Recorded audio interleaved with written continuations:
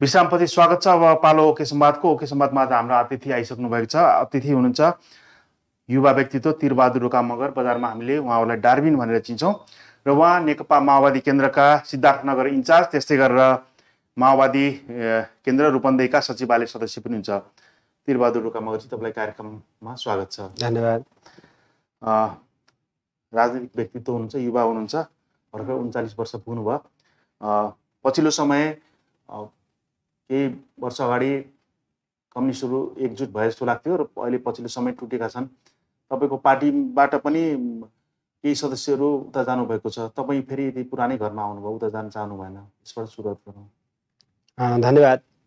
विशेष गरेर नेपालको दुई ठुला कम्युनिस्ट पार्टीहरू ले नेपालमा एउटा ऐतिहासिक रेकर्ड कायम गर्नको निमित्त दुई ठुला कम्युनिस्ट पार्टीहरूको एकता भयो, जस अनुरूप अब नेपाली जनताहरूको इच्छा आकाङ्क्षा र नेपाल कम्युनिस्ट पार्टी माओवादी केन्द्र र नेपाल कम्युनिस्ट पार्टी एमालेका कार्यकर्ताहरूको इच्छा अनुरूप नै पार्टी एकता भएको थियो र हामीले नेपालको संविधान 2072लाई जारी गर्दै गर्दा हामीले जुन संविधानमा समाजवाद उन्मुख संविधान जनसंविधान भनेर उल्लेख गरेका थियौँ र नेपालमा स्थिर सरकार निर्माण नहुनुको कारणले गर्दाखेरि जुन विकास हुन सकेको थिएन, समृद्ध नेपालको जुन हामीले कल्पना गरेका थियौँ त्यो चाहिँ पुरा हुन सकेको थिएन र अब हामीले दुई ठुला कम्युनिस्ट पार्टीहरूको एकता गरेर नेपालको समृद्ध नेपालको सपनालाई साकार गर्नुपर्छ र संविधानमा उल्लेख भए अनुरूप समाजवाद उन्मुख संविधान जुन छ, हाम्रो नेपालको सम्पूर्ण नीति तथा कार्यक्रमहरूलाई समाजवाद उन्मुख बनाउनुपर्छ भन्ने उद्देश्यका साथ पार्टी एकता भएको कुरा साँचो हो। र पछि घटनाक्रमले कस्तो पुष्टि गर्दै गयो भने अब हाम्रो तत्कालीन नेकपाको अध्यक्ष केपी ओलीजी हाम्रो पार्टीको अध्यक्ष हुनुहुन्थ्यो र उहाँ प्रधानमन्त्री पनि हुनुहुन्थ्यो। उहाँको व्यक्तिगत अहङ्कारको कारणले गर्दा, उहाँको स्वेच्छाचारी कदमको कारणले गर्दा आज नेकपा फुटेर फेरि पूर्ववत अवस्थामा पुग्ने स्थिति जुन बन्यो, यसैका कारणले गर्दा कोही साथीहरू कता कोही साथीहरू कता हुने स्थिति पनि पैदा भयो। अब यसलाई मैले मूलत उता गएका साथीहरू नराम्रा, मतिर बसेका साथीहरू राम्रा भन्नेबाट सुरु गर्ने भन्दा पनि राजनीतिक गर्ने भनेको व्यक्तिगत स्वतन्त्रताको कुरा हो। जसलाई जहाँ जे इच्छा लाग्छ आफ्नो इच्छा अनुसार आफूले डिसिजन गरेर गर्ने कुरा हो। त्यही डिसिजन अनुरूप उहाँ साथीहरू उता लाग्नु भएको होला भन्ने मलाई लाग्छ। उहाँहरूको स्वैच्छिक निर्णय हो। स्वैच्छिक निर्णय नै हो। तपाईँलाई पनि प्रस्तावहरू त आयो होला नि उता नेकपा एमाले तर्फबाट, हाम्रो पार्टीमा आउनुहोस् भनेर, त्यस्तो के लाभका पदहरू दिउँला भनेर त्यति बेलासम्म स्वभावले पनि के हुन्छ भने यो राजनीति भनेको कस्तो भन्दाखेरि यो राजनीति अथवा नेपालको समाज जन्मजात काङ्ग्रेसको एउटा समूह, माओवादीको एउटा समूह, एमालेको एउटा समूह, राप्रपाको एउटा समूह होइन। यसैमै अब राप्रपातिर निराश भएका साथीहरू कतिपय काङ्ग्रेसमा पनि जानुहुन्छ, काङ्ग्रेसमा भएका निराश भएका साथीहरू कतिपय रापरमा पनि जानुहुन्छ। यो कस्तो हो भन्दाखेरि घटना प्रक्रियामा राजनीतिक स्थिति जुन प्रकारले बढिरहेको हुन्छ त्यो प्रकारले सबैले आफ्नो डिसिजन गरेर त्यो ढङ्गबाट एकले अर्कालाई आकर्षण गर्ने कुरा, नीति तथा कार्यक्रमप्रति प्रभावित पार्ने कुरा र आफ्नो पार्टी तर्फ चाहिँ आकर्षण गरेर जति सकिन्छ धेरै सदस्यता वृद्धि गर्ने कुरा त यो स्वभावले सबैको पार्टीमा चाहिँ त्यो चल्छ। त्यो भावनाले अब मलाई पनि नेकपा फुटिसकेपछि अथवा सर्वोच्च अदालतले दुईटा पार्टीलाई पूर्ववत अवस्थामा फर्किने निर्णय गरिसकेपछि मलाई पनि त्यस्ता खालका आश्वासन नआएका कुरा होइनन्, मलाई पनि आएकै हो। र मैले आफ्नो व्यक्तिगत हिसाबले डिसिजन चाहिँ म जुन पार्टीमा यो भैरवमा म इस्टाब्लिस भएँ, मलाई जुन पार्टीले यो राजनीतिक सिकायो, जुन पार्टीले मेरो दायित्व सिकायो, त्यही पार्टीमा बस्छु भनेर मैले साथीहरूलाई चाहिँ म यतै बस्छु भनेर मेरो व्यक्तिगत निर्णय चाहिँ उहाँले सुनाइसकेपछि उहाँहरू मलाई चाहिँ त्यस्तो कुरा चाहिँ गर्नु भएन। तपाईँलाई पनि आश्वासन आएको थियो? आश्वासन आएको थियो। जस्तो तपाईँलाई लाग्दैन नेपालमा चाहिँ नि यो कम्युनिस्ट शासनको इतिहास हेर्दाखेरि, कम्युनिस्ट पार्टीहरूको हेर्दाखेरि कहिले पनि एकजुट भएर अगाडि बढ्न सकेको देखिएन नि? सुरु विगतदेखि नै हेर्दाखेरि होइन, अहिले पछिल्लो समयमा त तपाईँको अघिल्लोचोटिको यो जुन अहिले अहिले सरकार चलिरहेको छ, अहिले पार्टीहरू छ नि, अघिल्लोचोटि चुनावमा भनौँ न, अघिल्लोचोटि चुनावमा त तपाईँहरू कम्युनिस्टहरू एउटै उसले चाहिँ नि एउटै उसमा भएर चाहिँ नि आउनुभयो, बहुमत आयो, ठुलो बहुमत आयो होइन, 2/3 बहुमत आयो तपाईँहरूको। तर चाहिँ नि त्यो बहुमत चाहिँ नि कायम रहन सकेन कि। यसले पनि कम्युनिस्टहरू मिलेर जान सक्दैन भन्ने चाहिँ नि देखायो नि। एउटा चाहिँ नि समयले चाहिँ नि तपाईँलाई चाहिँ नि एउटा ठुलो अवसर दिएको थियो कि कम्युनिस्ट पार्टीलाई, नेपाल कम्युनिस्ट पार्टीलाई ठुलो अवसर दिएको थियो। तर चाहिँ नि त्यो अब कसरी जोगिन सकेन नि, के भन्नुहुन्छ यो विषयमा? नेपालमा चाहिँ नि कम्युनिस्ट पार्टी चाहिँ नि अभिशापै भएको र एकजुट भएर अगाडि बढ्नको लागि। अब यसरी सरसरी हेर्दाखेरि कम्युनिस्ट पार्टीको इतिहास र आन्दोलनको इतिहास हेर्दा त टुट फुट गुट जुटबाट अगाडि बढेको इतिहास देखिन्छ। अब हामीले सरसर्ती हेर्दा कम्युनिस्ट पार्टीहरू एक हुनै नसक्ने भन्ने विषय त छैन। अब हामीले अहिले भर्खरै पनि हाम्रै इतिहासमा पनि नेपालका दुई ठुला कम्युनिस्ट पार्टी एकता गर्दा दक्षिण एसियाकै सबैभन्दा ठुलो कम्युनिस्ट पार्टीको रूपमा हामीले परिचित गराउन हामी सफल भएकै हो।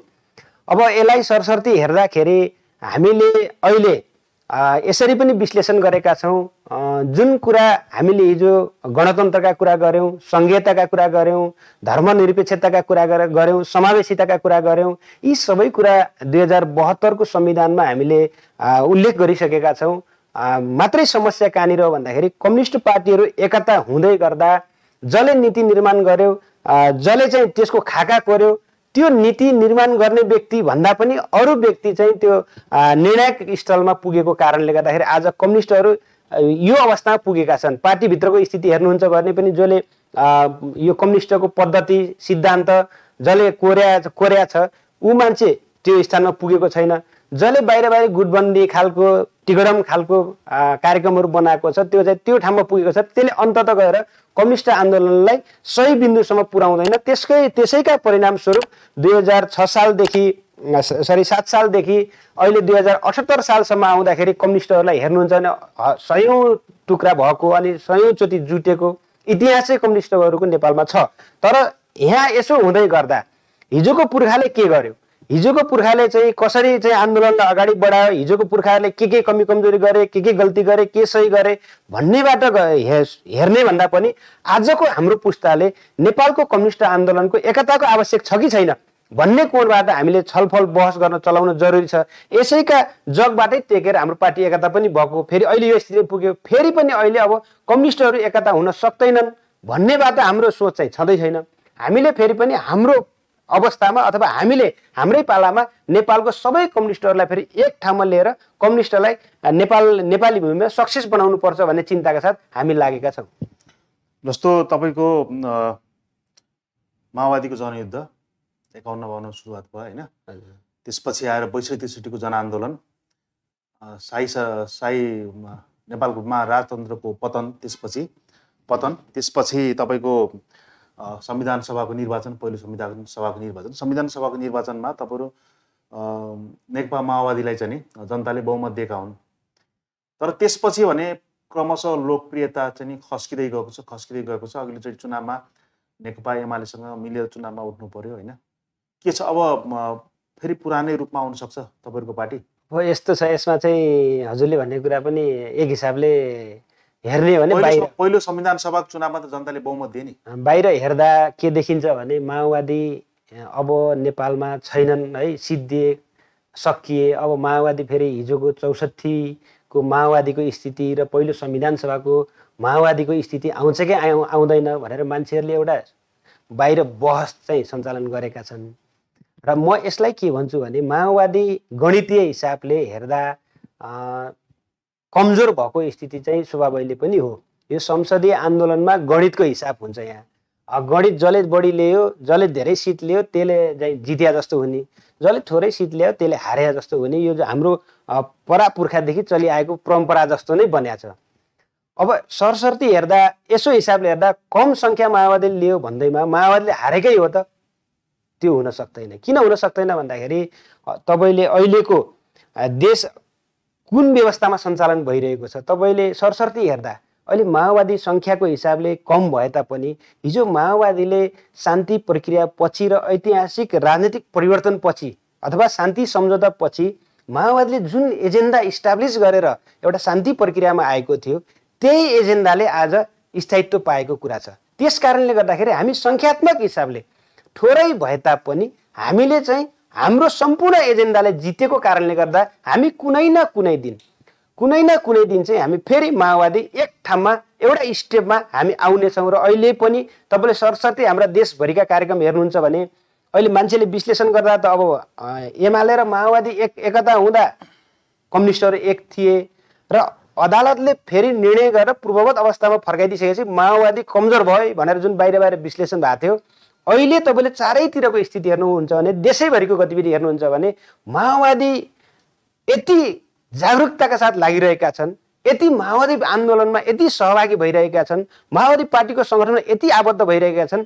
तपाईँले आज हेर्ने भने हिजोको स्थिति जुन हाम्रो थियो त्योभन्दा 10 गुणा अगाडि बढेको छ। हो, हिजो हामी पार्टी एकता गर्दा अलि अन्यलग्रस्त जस्तो हामी पार्टी एकता पनि कसरी गऱ्यौँ भने 60-40 को हिसाबले गऱ्यौँ।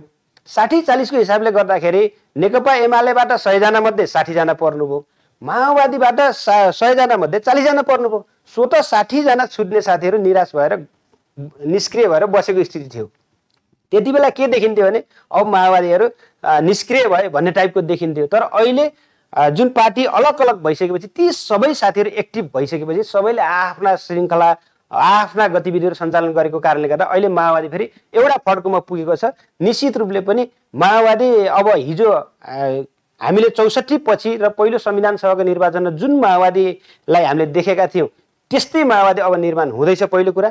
दोस्रो कुरा, हिजो संविधान सभाको निर्वाचनमा हामी जाँदै गर्दा, यो संसदीय अभ्यासमा हामी आउँदै गर्दा कतिपय हामी कमी कमजोरी हाम्रो तर्फबाट पनि नभएका होइनन्, भएकै हो। हाम्रो अध्यक्ष कमरेड प्रचण्डले पनि उहाँले सरसरी स्वीकारेकै विषय हो। यो किन भयो भन्दाखेरि हिजो हामी एउटा भूमिगत अथवा सशस्त्र आन्दोलनबाट आएको पार्टी 81 तपाईँको शान्ति प्रक्रियामा आएर संसदीय अभ्यासमा संसदीय व्यवस्था सञ्चालन गर्न स्वभावैले पनि जटिल विषय नै थियो। त्यसमा हामी अन्यलताका कारणले गर्दाखेरि त्यो समस्याहरू भएको।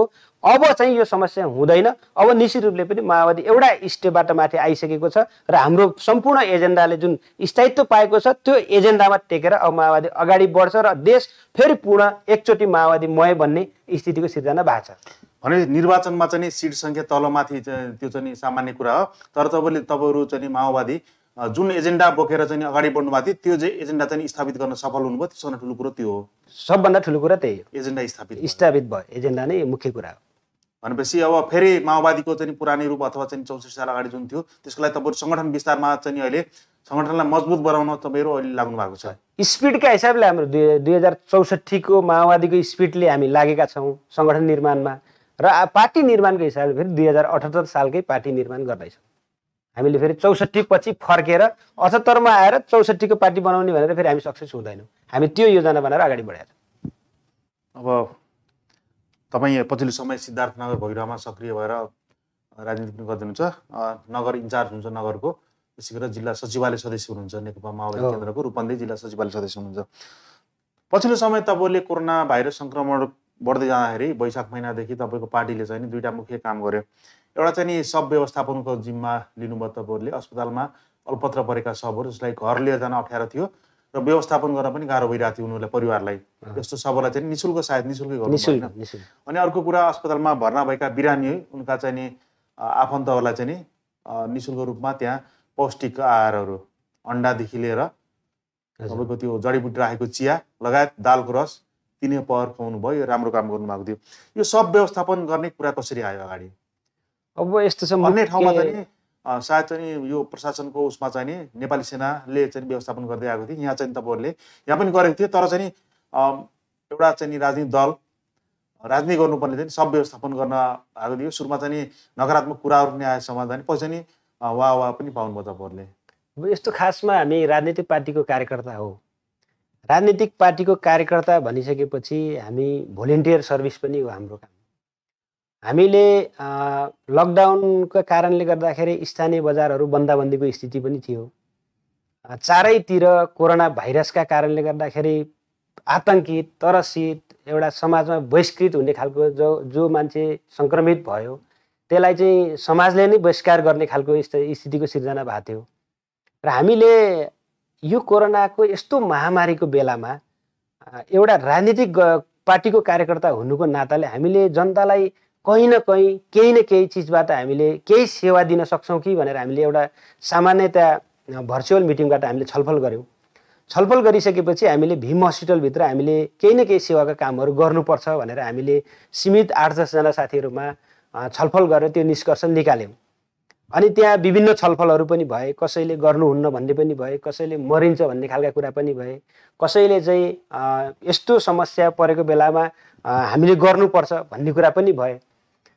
र मैले सबै साथीहरूले कसरी कन्भिन्स गरेँ भने म हिजो जनयुद्ध कालमा बन्दुकसँग खेलेर आएको मान्छे अथवा त्यसको नेतृत्व, त्यो लडाइँको नेतृत्व गरेर आएको मान्छे आफ्नो सेक्टरमा मैले के कुरा राखेँ साथीहरूलाई भने, साथी हो हामी हिजो जनयुद्ध लड्दा जिते संसार जित्नेछौँ, हारे केही पनि छैन, नेपाली जनताको निमित्त हामीले बलिदान गर्नेछौँ भनेर त्यो शब्दबाट ओतप्रोत भएर हामी चाहिँ युद्धमा होमिएका थियौँ।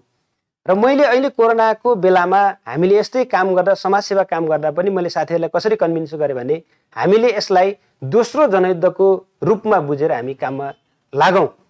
हामी बाँचेछौँ, हामीले सेवा गर्दा गर्दै बाँचेछौँ भने हामी जित्छौँ, हामीले संसार जित्नेछौँ। मरिएछ भने सबै नेपालीको सेवा गर्दा गर्दा मरिएला, यसको लागि ठुलो कुरा भएन भन्ने हिसाबले मैले छलफल गरिसकेपछि हामीले मोटामोटी भीम हस्पिटलभित्र काम गर्ने भनेर हामीले छलफल पनि गऱ्यौँ, त्यो योजना बनायौँ। हाम्रो सुरुमै के थिएन भन्दाखेरि भीम हस्पिटलभित्र कोरोनाबाट मृत्यु भएकाहरूको सब व्यवस्थापन हामीले गर्ने उद्देश्य हाम्रो थिएन। हामीले सामान्यतया एउटा अन्डा, तातो पानी, चिया लगायतका झोलिलो पदार्थहरू जो बिरामीहरूलाई इम्युनिटी पावर चाहिँ निर्माण गर्ने खालका खानपिनहरूको व्यवस्था गर्ने भन्ने सोच मात्रै हाम्रो थियो। र हामीले भीम हस्पिटलको प्राङ्गणभित्र गएर हामी जेठको 1 गतेदेखि त्यो कार्यक्रम सञ्चालन गऱ्यौँ। कार्यक्रम सञ्चालन गरिसकेपछि दैनिक हामीले त्यहाँबाट एउटा अनुभव पनि हामीले बटुल्यौँ, दैनिक बिरामीहरूसँग छलफल पनि गऱ्यौँ। छलफल गर्दै जाँदा हामीले लगभग 4-5 दिन हामीले कार्यक्रम सञ्चालन गरिसकेका थियौँ। त्यहाँभित्र मेरो एकजना साथीको बुवा चाहिँ कोरोनाबाट बित्नुभयो। बितिसकेपछि उहाँले मलाई फोन गर्नुभयो कि दारिन दाई मेरो बुवा चाहिँ बित्नुभयो, मेरो बुवाको सब व्यवस्थापन गर्नको लागि यहाँ हस्पिटलभित्र चाहिँ 70,000 को बार्गेनिङ भइरहेछ, म के गरौँ भन्नुभयो उहाँले। त्यति बेला हामी आत्मगत हिसाबले अथवा मनोबलले हिसाबले हामीले चाहिँ सब व्यवस्थापन गर्ने अनि त्यसलाई चाहिँ हामीले साथीहरू छुट्टै चाहिँ खटाउने त्यस्तो योजना चाहिँ हामीले बनाएका थिएनौँ। अनि मैले उहाँलाई के भने नि, हुन्छ गर्नुहोस्, अब हजुरहरूले चाहिँ जस्तो सजिलो लाग्छ, आर्मीले पनि व्यवस्थापन गर्छ अथवा त्यहाँ भीम हस्पिटलले पनि गर्ने हो भने तपाईँहरूले मिलाएर गर्नुहोस् भने मैले चाहिँ उहाँलाई भनिसकेपछि उहाँले अन्ततः के गर्नुभयो भन्दाखेरि 60,000 चाहिँ आफ्नो बुवाको सब व्यवस्थापन गर्ने टुङ्गाएर उहाँले 60,000 चाहिँ दिनुभएछ। दिइसकेपछि चाहिँ उहाँले मलाई फोन गरेर भन्नुभयो 60,000 टुङ्गियो, ल ठिक छ दाइ हामीले चाहिँ यसरी गर्छौँ भनेर मलाई खबर गर्नु। गरिसकेपछि अब त्यहाँको स्थिति हेर्दा, त्यहाँको अवस्था हेर्दा मलाई के लाग्यो भने भीम हस्पिटलभित्र कोरोनाबाट पीडित भएका यति धेरै पीडित परिवारहरू छन् जो निम्न, अत्यन्तै निमुखा, श्रमजीवी, सर्वहारा टाइपका मान्छेहरू पनि छन् त्यहाँ। अब मैले साथीलाई के भने जो हुने खाने छ त्यसले 60,000, 70,000, 40,000, 1 लाख दिएर पनि सब व्यवस्थापन त गर्ला, तर जोसँग पैसै छैन, उपचार गर्ने सम्मको पैसा छैन, उसले कसरी सब व्यवस्थापन गर्छ भनेर हामीले एउटा खालको छलफल गरिसकेपछि हाम्रै टिममा के कुरा गर्यौँ भने ल अब हामीले यसको सब व्यवस्थापन पनि निशुल्क तरिकाले हामीले गर्न तयार हुनुपर्छ। किनभने जति बेला भीम हस्पिटलको गेटभित्र मान्छे जान डराउँथ्यो, भित्र गेटबाट भित्र खुट्टा लैजाँदा 10 चोटि सोचेर बल्ल भित्र खुट्टा लान्थ्यो, त्यो स्थितिमा हामीले 4-5 दिनभित्र भीम हस्पिटलको प्राङ्गणभित्र हामीले काम गरिसकेका थियौँ। अब हामीलाई एउटा के हामीलाई मनोबलले हिसाबले पनि हामीले कसरी विजय प्राप्त गरिसकेका थियौँ भने अब हामीलाई केही पनि हुँदैन, हामीले यो कोरोनाको सबलाई पनि निशुल्क व्यवस्थापन गर्नुपर्छ भनेर हामीले मूलत हाम्रो त्यहाँ खट्ने 8-9 जना साथीहरू थियौँ। त्यसमा हाम्रो जिल्ला सदस्य कमरेड नारायण हमाल हुनुहुन्थ्यो, त्यसपछि टिपी नेउपाने हुनुहुन्थ्यो, ध्रुव लामगादेजी हुनुहुन्थ्यो, त्यसपछि लोकेन्द्र धामी, दम्बर बहादुर खत्री, केशव कुँवर, दिलीप प्रजापति लगायतको हाम्रो चाहिँ लगभग 11 जनाको टिमले हामीले त्यहाँभित्रको म्यानेजमेन्ट गरेका थियौँ। हामीले यही 11 जनाको टिमभित्र हामीले छलफल गऱ्यौँ र अब हामीले सब व्यवस्थापन पनि गर्नुपर्छ भनेर मैले प्रस्ताव राखेँ। प्रस्ताव राखिसकेपछि साथीहरूले मलाई चाहिँ हिम्मत दिनुभयो। मलाई चाहिँ के भन्नु भने ल त्यो पनि गरौँ भनेर उहाँहरूले मलाई हिम्मत दिइसकेपछि मैले त्यहाँका डाक्टरहरूसँग छलफल गरेँ। हामीले मोटामोटी कोरोनाको सब व्यवस्थापन गर्दा हामीले यो सुरक्षाका सामग्रीहरू के प्रयोग गर्न सकिन्छ, हामीले आफू सुरक्षित भएर कसरी चाहिँ सेवा प्रदान गर्न सकिन्छ भनेर हामी छलफल गऱ्यौँ। छलफल गरिसकेपछि त्यहाँका डाक्टरहरूले हामीलाई सकारात्मक सल्लाह दिनुभयो। तपाईँले पिपीको युज गर्नुहोस्, मास्कको युज गर्नुहोस्, फेसियलको युज गर्नुहोस्, ग्लोभ्सको युज गर्नुहोस्, सेनिटाइजरिङ गर्नुहोस्। यसरी चाहिँ तपाईँले सुरक्षित भएर काम गर्दा चाहिँ तपाईँको कोरोनाबाट मृत्यु भएको सबबाट कोरोना सर्न त्यति चाहिँ डर छैन। जति जिउँदो मान्छेबाट श्वास प्रश्वासबाट कोरोना सर्ने हो त्यति डर चाहिँ मृतकबाट त्यति छैन, तपाईँले गर्न सक्नुहुन्छ भनेर हामीलाई सल्लाह दिइसकेपछि हामीले हिम्मत जुटायौँ र हामीले सबैभन्दा पहिलो सपने हामीले तिलोत्तमा नगरपालिकाको सब व्यवस्थापन गऱ्यौँ।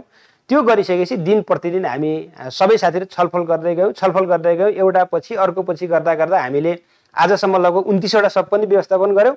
त्यो सबै के दिन प्रतिदिन काम गर्दै जाँदाखेरि जोस जाँगर पनि भरिँदै गयो र अब हामीले गर्न सक्छौँ भनेर चाहिँ आत्मगत हिसाबले हामी तयार भएपछि फोनहरू आउने गर्छन्। अहिले पनि गरेर आइराखेको छ। हामीले हिजो नै अस्ति मात्रै हामीले एउटा सब व्यवस्थापन गऱ्यौँ। त्यो सहित गरेर 29वटा हामीले सब व्यवस्थापन गऱ्यौँ। अस्पतालमा मृत्यु भएकाहरू मात्र कि अरू टोल छिमेकमा पनि? टोल छिमेकमा हामीलाई जहाँबाट खबर आउँछ त्यहाँ चाहिँ हामी पुगेर गरेका छौँ। हामीले हस्पिटलको मात्रै गरेका छैनौँ, हामीले घरबाट पनि उठाएका छौँ, त्यसै हस्पिटलबाट पनि उठाएका छौँ, घरका 2 तल्ला माथिबाट पनि सब झारेर पनि व्यवस्थापन गरेका छौँ। त्यो त हामीलाई खबर आइसकेपछि जहाँ पनि हामीले गरेका छौँ।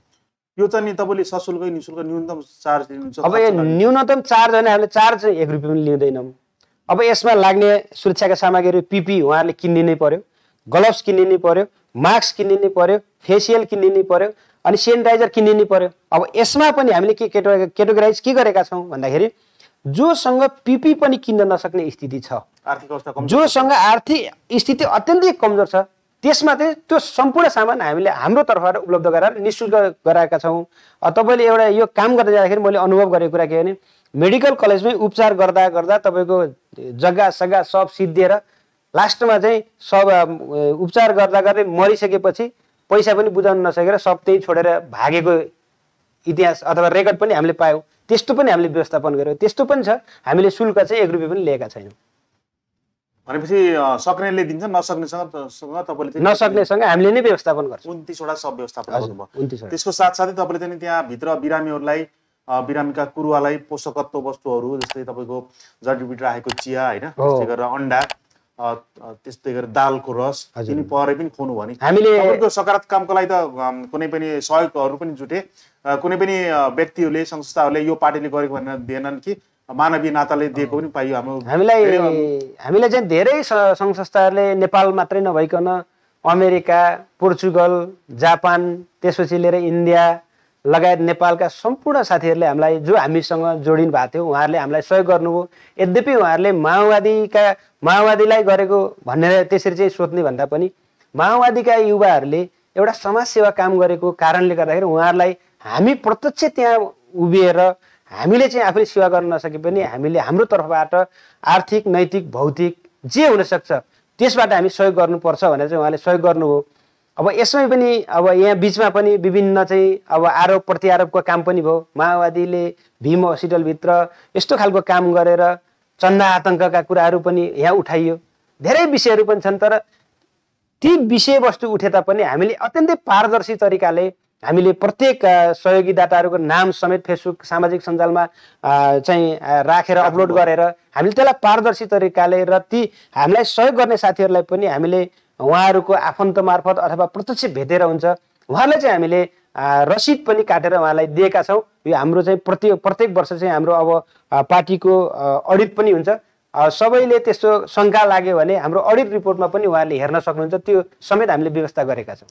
त्यति बेला कार्यक्रम गर्दा तपाईँले भीमसोला कार्यक्रम काम यो कोरोनाको विरुद्ध न्यूनीकरणको लागि चाहे सब व्यवस्थापन होस्, चाहे चाहिँ खाद्यान्न पोषक तत्त्व वस्तु उपलब्ध गराउने काम सम्पादन गरिरहँदा केही विरोधहरू पनि भएको सुनियो र तपाईँलाई त्यहाँ हटाउन खोज्यो अथवा हटाइयो पनि?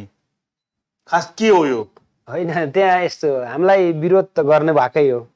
अब मैले हिजो कि अस्ति मात्रै सम्बन्धित मित्रलाई मैले प्रश्न पनि लेखेका थिएँ। अब उहाँले एउटा खालको उत्तर पनि त्यहाँ दिइसक्नु भएको छ। उहाँलाई केही बाध्यता पनि थियो होला, एउटा आफ्ना बाध्यता हुन सक्छन्। तर कुरो खास के हो भन्दाखेरि अब त्यहाँभित्र हामीले काम गरिसकेपछि हामीले त्यहाँ पार्टीको ब्यानर राखेका थियौँ। यद्यपि त्यो पार्टीको ब्यानर राखेर चुनाव प्रचार जस्तै ढङ्गले ल हामीले तपाईँलाई यो सेवा प्रदान गरेका छौँ, यो बापत तपाईँले माओवादी भोट अथवा त्यहाँ आएर माओवादी हुनुहोस् भन्ने प्रकारले हामीले त्यो प्रचार गरेका थिएनौँ। हामीले त्यहाँ के गरेका थिएन, हामीले काम गरिसकेपछि त्यति रिस्क काम अथवा त्यति जटिल परिस्थितिमा हामी खटेर काम गरिसकेपछि यो कुन समूहका मान्छे हुन् अथवा कुन पार्टीका युवाहरूले गरे अथवा कुन संस्थाका मान्छेहरूले गरे भन्ने एउटा नाम त चाहिन्थ्यो नै। तपाईँले हेर्नुहुन्छ भने आयोजक संस्थाको नाम त चाहिन्थ्यो नै। तपाईँले हेर्नुहुन्छ भने मैले भीम हस्पिटल भित्रै सेवा प्रदान गर्ने साथीहरूले कसरी पनि गरेको स्थिति देख्छु भने होटलवालालाई प्रति प्लेटको दरले पैसा पेमेन्ट गरिदियो। होटलवालाले तपाईँको गाडी पछाडि सम्बन्धित संस्थाको ब्यानर राखेर तपाईँको चाहिँ होटलवालाकै साथीहरूले गएर त्यो बाँडेर संस्थाको नाम पनि चिरपरिचित गराएको पनि हामीले देख्यौँ। तर हामी चाहिँ कस्तो थियौँ भन्दाखेरि त्यहाँ कसैलाई पैसा दिएर प्रयोग गरेर त्यहाँ सेवा प्रदान गर्ने भन्दा पनि हामी त प्रत्यक्ष आफै खटेर गरेका थियौँ। त्यसले के हुन्थ्यो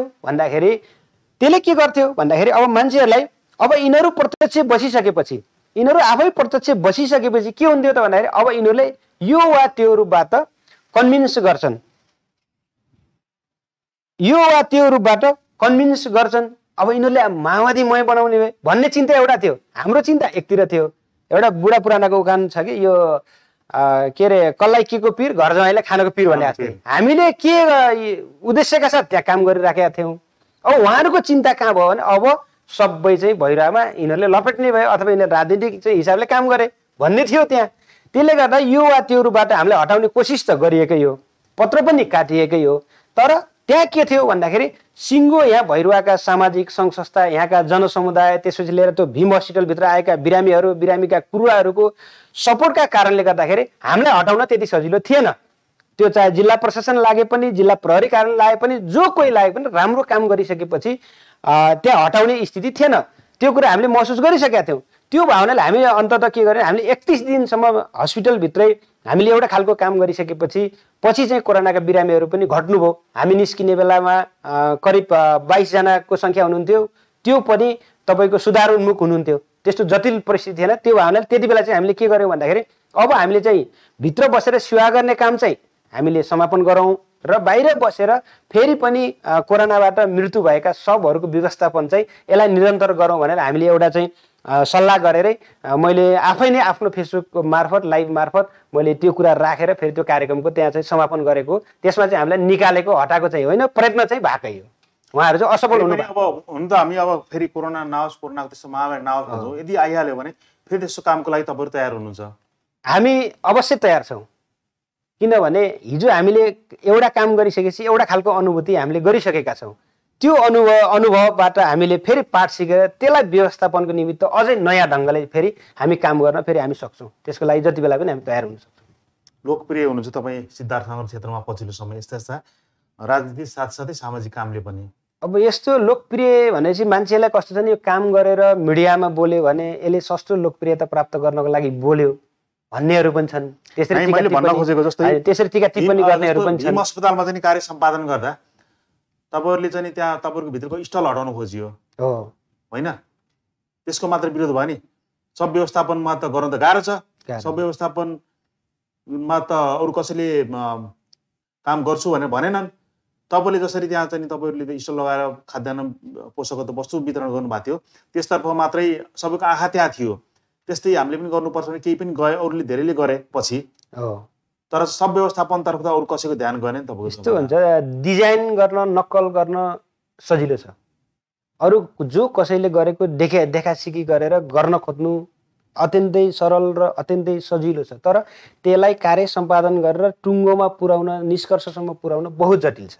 जस्तै हामीले सब व्यवस्थापनकै कुरा गर्दा तपाईँले हेर्नुहुन्छ भने भीम हस्पिटलभित्र यस्तो खालको राजनीति पनि भयो। यहाँ भीम हस्पिटलभित्र कोरोनाबाट मृत्यु भयो भने यो माओवादीको ग्रुपलाई जानकारी गराउनु हुन्न है, नेपाली सेनाले जानकारी गराउनु पर्छ भन्ने खालको एउटा सर्कुलेसन पनि भयो क्या त्यहाँ। यो भने के राम्रो पक्ष होइन। फेरि एउटा के थियो भन्दाखेरि नेपाली सेनाले सब व्यवस्थापन त गरेको थियो, तर नेपाली सेनाले के गर्थ्यो भने खाल्टो खनेर स्काइभेटरलाई हालेर पुरिदिन्थ्यो। हिन्दू धर्म संस्कृति अनुरूप चाहिँ उसले दाह संस्कार गरिदिन्थेन। हामीले के गर्थ्यौँ भने पूर्णतः हिन्दू धर्म संस्कार उहाँहरूको संस्कार जे छ त्यो संस्कार अनुसार दाह संस्कार गर्थ्यौँ, एउटा पहिलो प्रश्न। दोस्रो कुरा के थियो भने हामीले सब व्यवस्थापन गर्दा उहाँहरूको आफन्तीहरू जो कोही तयार हुनुहुन्छ, मनोबलले हिसाबले तयार हुनुहुन्छ भने हामीलाई उहाँहरू आफैलाई चाहिँ दागबत्ती दिन पनि लगाउँथ्यौँ घाटमा। त्यस्तो व्यवस्था त आर्मीले त गर्थेन। पछि के भइदियो भन्दाखेरि पछि हस्पिटलले त्यस्तो खालको राजनीति अथवा त्यहाँभित्रका केही व्यक्तिहरू, सबै समग्र हस्पिटलभरिका स्टाफहरूले होइन कि त्यहाँभित्र केही व्यक्तिहरूले त्यस्तो खालको राजनीति गरे तापनि जनताले त्यो कुरा बुझिसकेपछि यो वा त्यो रूपबाट फेरि हामीसँग जोडिनु भयो र हामीले नेपालमै फर्स्ट काम जुन सब व्यवस्थापन हो त्यो चाहिँ हामीले सम्पन्न गर्यौँ। तपाईँले चाहिँ नि यो सब व्यवस्थापन गर्दा घाटमा स्वर्गद्वारी घाटमा गर्नुभयो कि अन्यत्र स्थलमा लगेर दबाउनु पनि भयो? जमिन हामीले स्वर्गद्वारी घाटमै गर्यौँ। सबैले जलाइयो? सबैलाई लासको सब व्यवस्थापन गर्नु। कोरोना भाइरसले सिकाएको एउटा चाहिँ सामाजिक काम हो यो पनि। भनेपछि नेकपा माओवादी रूपन्देही साथै सिद्धार्थनगरले चाहिँ राजनीति साथसाथै यस्तै गर्नुपर्ने सामाजिक काममा पनि अगुवाई गर्न सक्छ। अब नेकपा माओवादीले मात्रै होइन, नेकपा माओवादीले त गर्यो, बाटो देखाइदियो। मेरो अनुरोध के छ भने तपाईँले निरन्तरता दिनु सक्नुहुन्छ। हामीले निरन्तरता दिन्छौँ, तर मेरो अनुरोध के हो तपाईँको मिडिया मार्फत भने आज राजनीतिलाई बुझ्ने तरिका गलत भएको छ। राजनीतिलाई व्यावसायिक हिसाबले बुझ्ने काम गरिएको छ। राजनीति भनेको भोलिन्टियर सर्भिस हो। त्यस कारणले गर्दा माओवादी मात्रै होइन, सबै पार्टीले राजनीतिलाई भोलिन्टियर सर्भिसको रूपमा लिएर जनताको सेवा गर्न म हार्दिक अनुरोध गर्दछु। यो व्यावसायिक बनाउन, राजनीतिलाई व्यवसाय पेसा बनाएर राजनीतिमा लागेर जनताको सेवा हुँदैन। त्यसकारण भोलिन्टियर सर्भिस सबैले गर्नुपर्छ। यो हामीले सुरुवात मात्रै गरे। अब एकैछिन स्थानीय तहको कुरा गरौँ। एकजना हाम्रो दर्शक सूर्य अधिकारी कानुनका ज्ञाता पनि छ, उहाँले प्रश्न पनि राख्नु भएको छ, सोध्नेवाला पनि थिएँ मैले तपाईँलाई। चर्चा पनि छ बजारमा अब फागुन महिनामा स्थानीय तहको निर्वाचन हुने भन्ने पनि कुरा छ र सायद तपाईँ अब राजनीतिकर्मी सायद हुन्छ पनि होला। यो असार आउने असारमा त सुत सकिन्छ, 4 महिना अगाडि चुनाव गर्न सक्ने भनेर संविधानमा लेखिएको छ। अब सिद्धार्थनगर नगरपालिकाको चाहिँ नि तपाईँ नगर प्रमुखको लागि तपाईँ आकाङ्क्षी हो या होइन? अब यस्तो छ, यसमा के छ भन्दाखेरि चर्चा पनि आइरहेको छ तपाईँको नामको भने बजारमा। अब चर्चा परिचर्चा, जनताले चर्चा परिचर्चा गर्नु, कार्यकर्ताले चर्चा परिचर्चा गर्नु राम्रो पक्ष हो। उहाँहरूले आफ्नो अधिकार, नैसर्गिक अधिकारलाई कसैले पनि बन्देज गराउन पाइँदैन। यो नेपालको संविधानमै उल्लेख भएको कुरा हो, यो कसैले रोक्न सक्दैन। रह्यो कुरा आकाङ्क्षी हुने नहुने, अब यसमा कस्तो छ भन्नुहुन्छ भने भोलि बिहान यो पार्टीले, यो संस्थाले एउटा निर्णय गरेर दिने कुरा हो।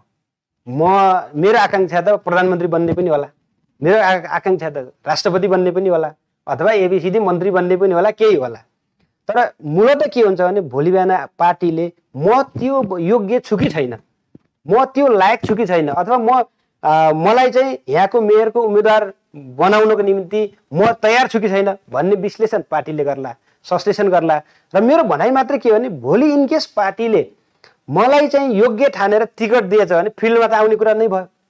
आखिर भैरवमा बसेर राजनीति गरेको आज 17 वर्ष भयो, भैरवा बसेर राजनीति गरेको 17 वर्ष भयो। यो वा त्यो रूपबाट अहिले देखिने हिसाबले मात्रै हामीले कोरोना भाइरसको बेलामा हामीले समाजसेवाको काम अलि बाहिर देखियो, होइन भने साना ठुला कामहरू हामीले समाजसेवाको रूपमा भैरवा मैले आफै पनि मेरो नेतृत्वमा 17 वर्षदेखि गर्दै आइरहेको छु।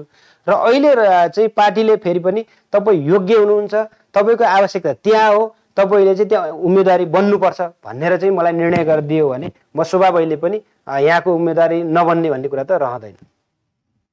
भनेपछि तपाईँ चाहिँ नि भविष्यमा आउने चुनावमा चाहिँ नि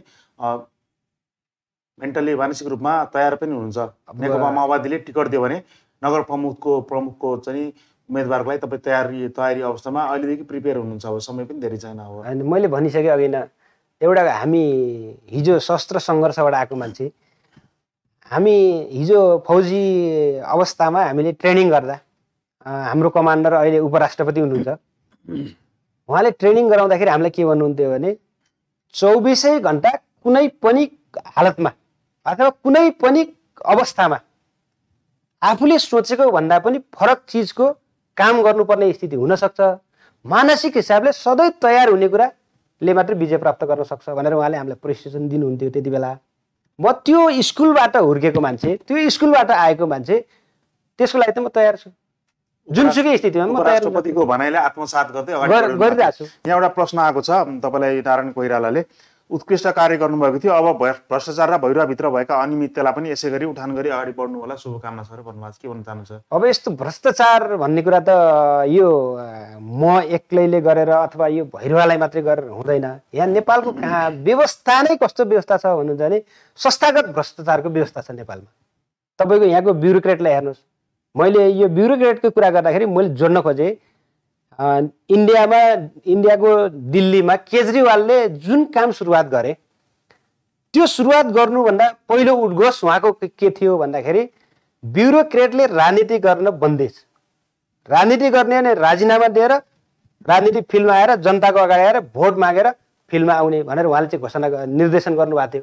होइन भने ब्युरोक्रेटले चाहिँ आफ्नो काम सम्पादन गर्ने, राजनीति चाहिँ गर्ने होइन भनेर उहाँले निर्देशन गर्नुभएको थियो।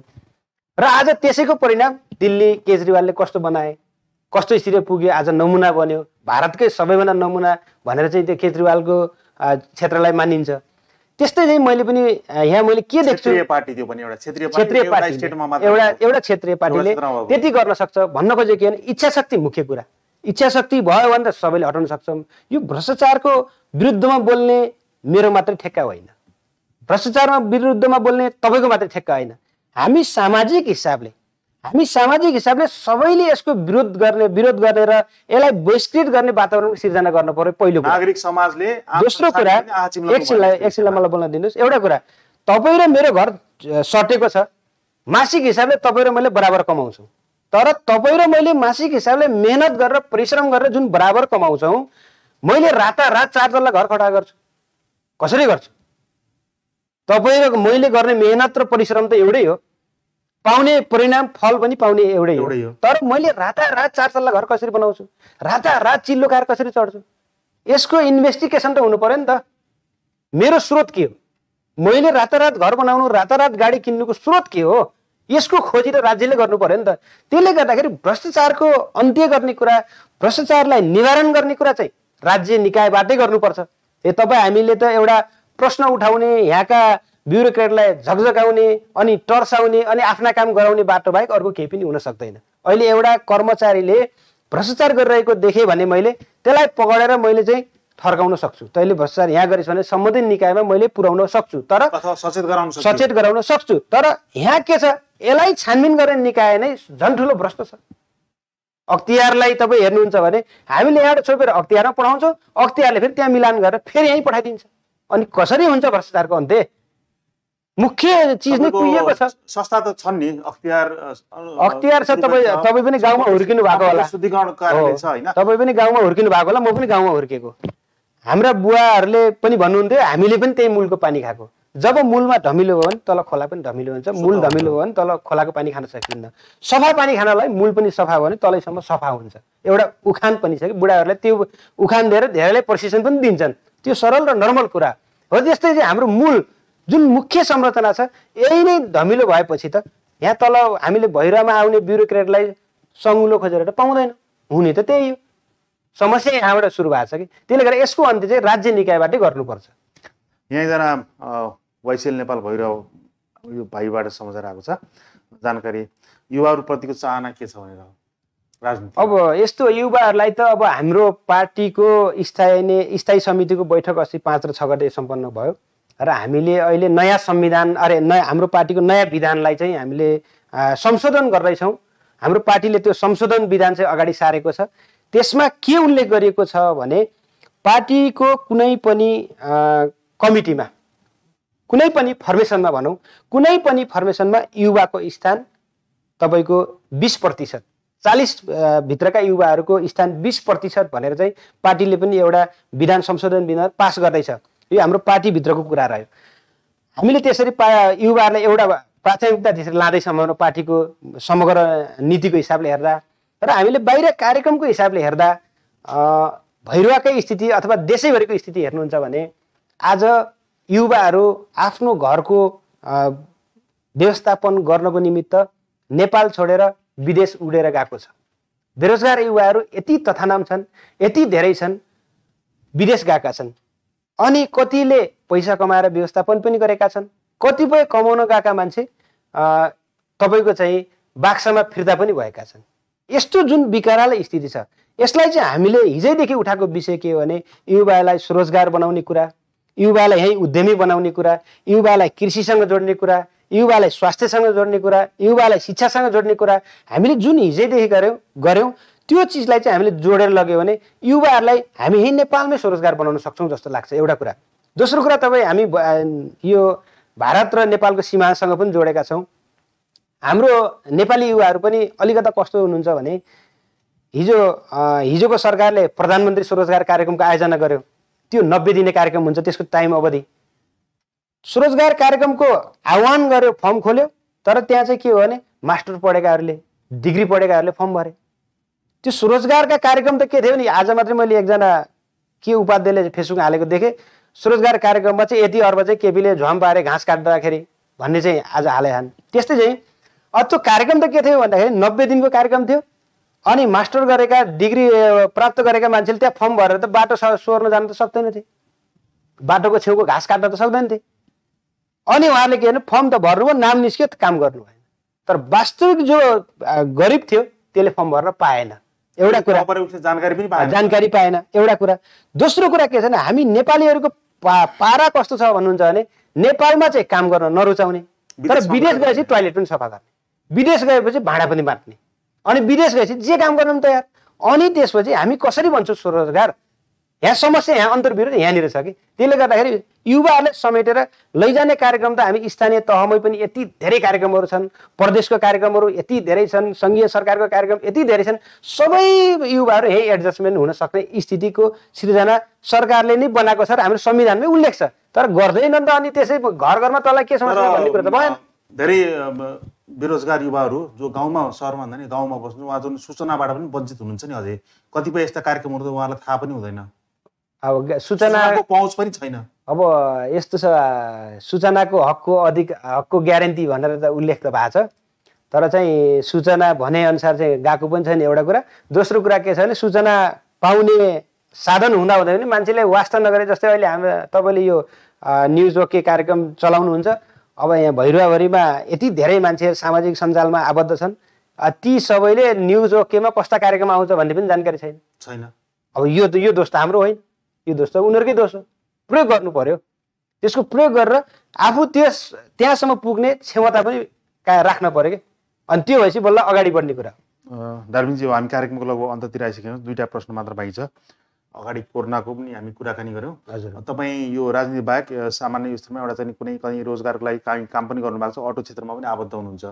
पछिल्लो समय यो कोरोना कारणले गर्दाखेरि के छ बजारमा यो अटो व्यवसाय? अब यो कोरोनाले त यति धराशय बनायो, बजार त यति धराशय बनायो। अहिले व्यापारीहरूको स्थिति, व्यवसायीहरूको स्थिति हेर्दाखेरि अत्यन्तै जीर्ण नै छ। अब कसैले ब्याङ्कका किस्ताहरू तिर्न नसकेको स्थिति छ, कसैले आफ्ना त्यहाँभित्र रहेका कर्मचारीहरूलाई चाहिँ तलब खुवाउन सक्ने स्थिति छैन। आर्थिक हिसाबले यति डामाडोल भइसक्यो अब साँच्चै भन्ने भने म आफै कार्यरत भएको कम्पनीको स्थिति हेर्ने भने हामी पनि यति जटिल बिचबाट चलाइरहेका छौँ भनौँ न, धान्न सकेका छौँ। बिहान सटर खोल्न, दिउँसो सटर खोल्न चाहिँ सकेका छौँ।